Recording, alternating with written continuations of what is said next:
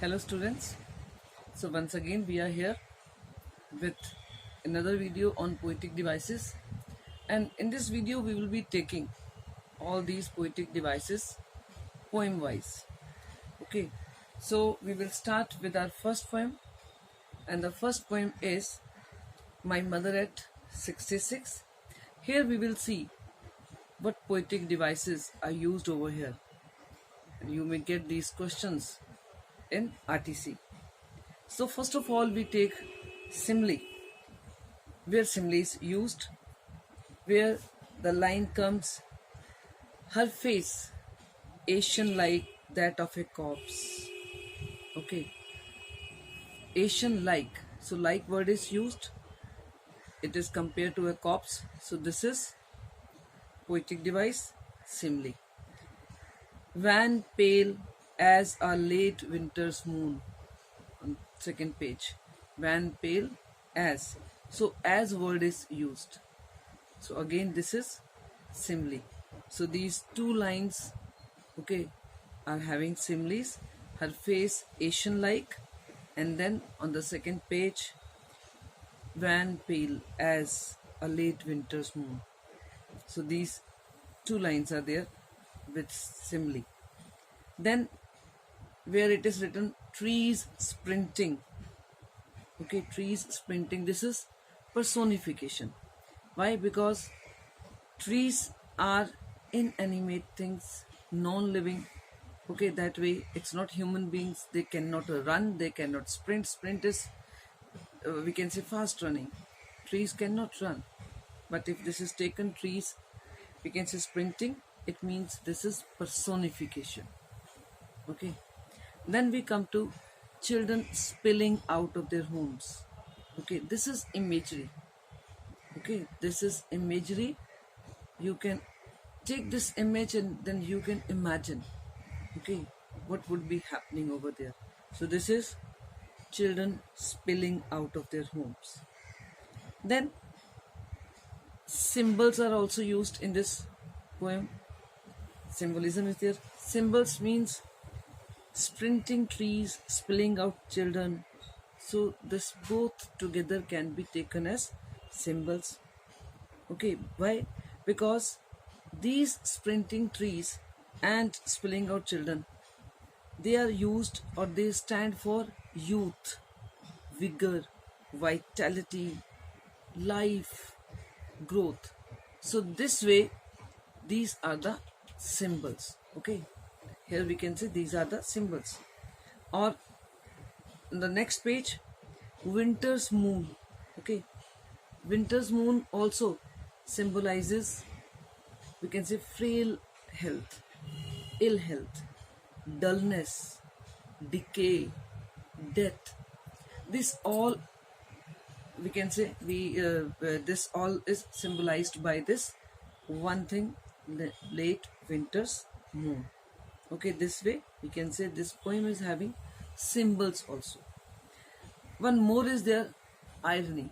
Yes, this is also poetic device. Okay, so irony is where last line, see you so soon amma. Okay, and then smile, smile and smile. I did was smile, smile and smile. So this prolonged smile, okay, with the dialogue, see you soon amma. Actually we can say it's a sharp contrast.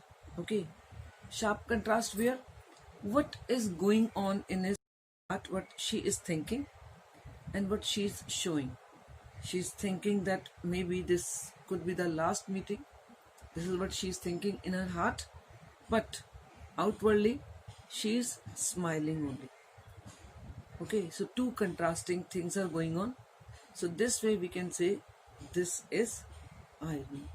Okay, so this is with your this is your first we can say poem with these we can say poetic devices. Now we can take second poem also. Okay, because second poem is also very rich in poetic devices. Many questions you will get. Okay, there are, we can say, chances of many questions as far as poetic devices are concerned. So now we come to the second poem, An Elementary School Classroom in a Slum. So here first of all we see simile like rootless weeds.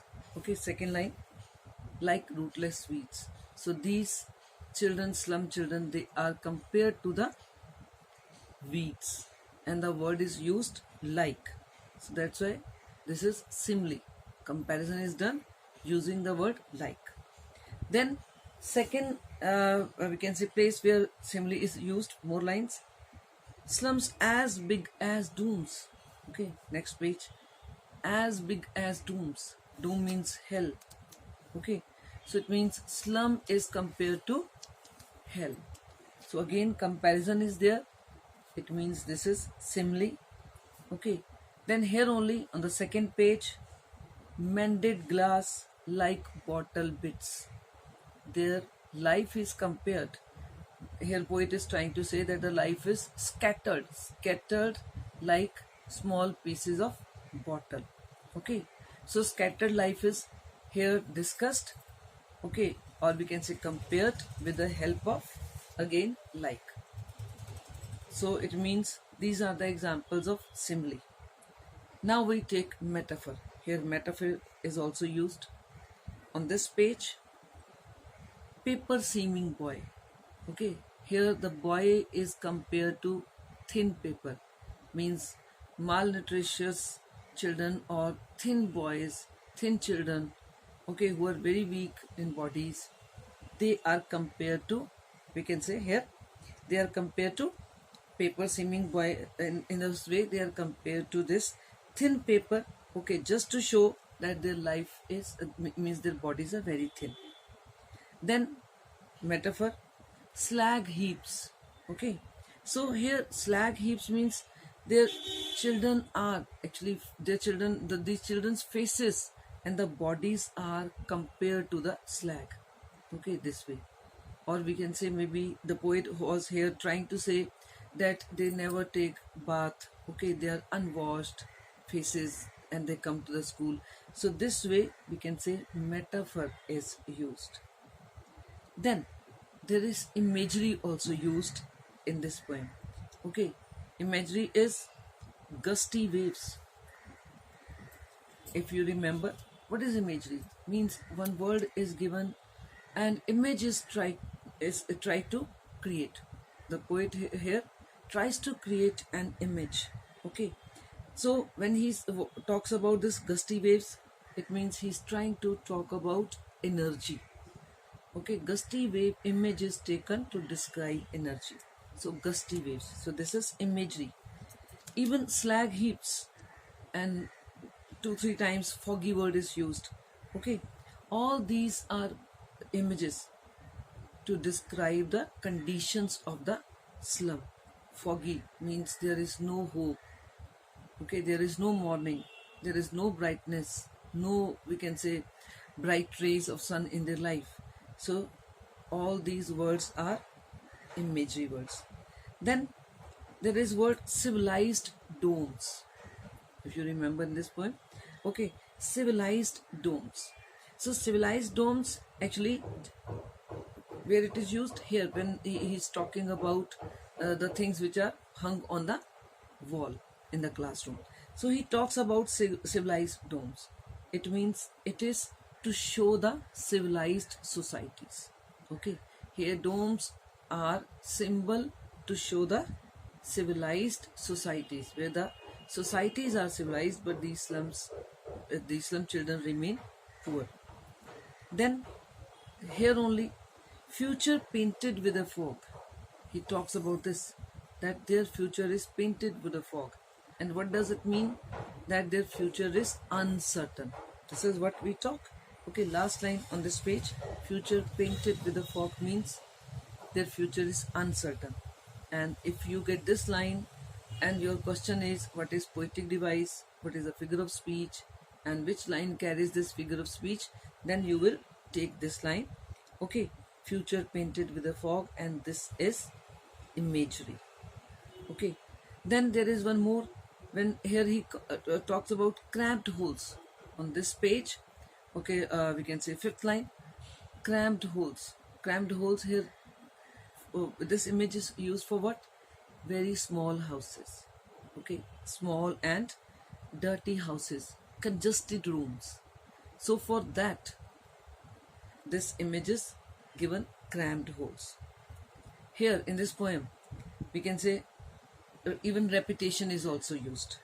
In the beginning, far, far from gusty waves. Okay, so far, far is repetition. Then alliteration is also used. Here also we can say far, far from, sound is repeated. And then break or break in the last passage. Break or break open. Okay, so this is example of alliteration. Sound is, you can say, repeated. Clear? And then here when we talk about imagery, there is one more we can say example comes in my mind. That is on this page, father's gnarled diseases. Okay, here he is talking about that the children, they exhibit, they recite their father's gnarled diseases. Okay, so this is again imagery to talk about sickness of the parents, the diseases which they inherit from their parents. Okay, then there are few more words, like first of all, squirrel's tree, we can say room. Okay, this is again imagery. Then here on this page, lead sky means dull sky. Okay, this is again imagery. And spectacles of steel. Why it is shown spectacles steel? But the poet was trying to say that they are so poor that they can't even we can say afford to purchase the most important thing which is in their life sometime, that is spectacles. Okay, for their weak eyesight, but they can't even purchase. So this way, this is again imagery. Okay, then we can say there are more symbols, like weight down head in the first, we can say, stanza, weight down head. Then endless night, and in the last line, language is the sun. These all are symbols. Language is the sun means he is trying to say that those people will shine like sun who have command over language. Okay, so here he has explained this line, this expression through this symbol, language is the sun. Okay, and then there is transferred epithet also here. One more example, one more we can say poetic devices, transferred epithet, and it is here in the first, we can say, stanzas again, gnarled disease. Okay, so disease is never gnarled. Okay, so what he is trying to say, that the bodies are sometimes twisted, the bones are twisted. Okay, why? Because of the diseases. So this is a fine example of transferred epithet. So I think these two poems, you will, I think if you read, you will get to understand whatever I have told about these poetic devices. So revise these poems, listen to this my explanation, watch this video again and again, note down, make your own notes. When you are watching this video, keep the book with you and keep underlining. Okay, so that you understand and you learn it. I hope you would like this video. Thank you.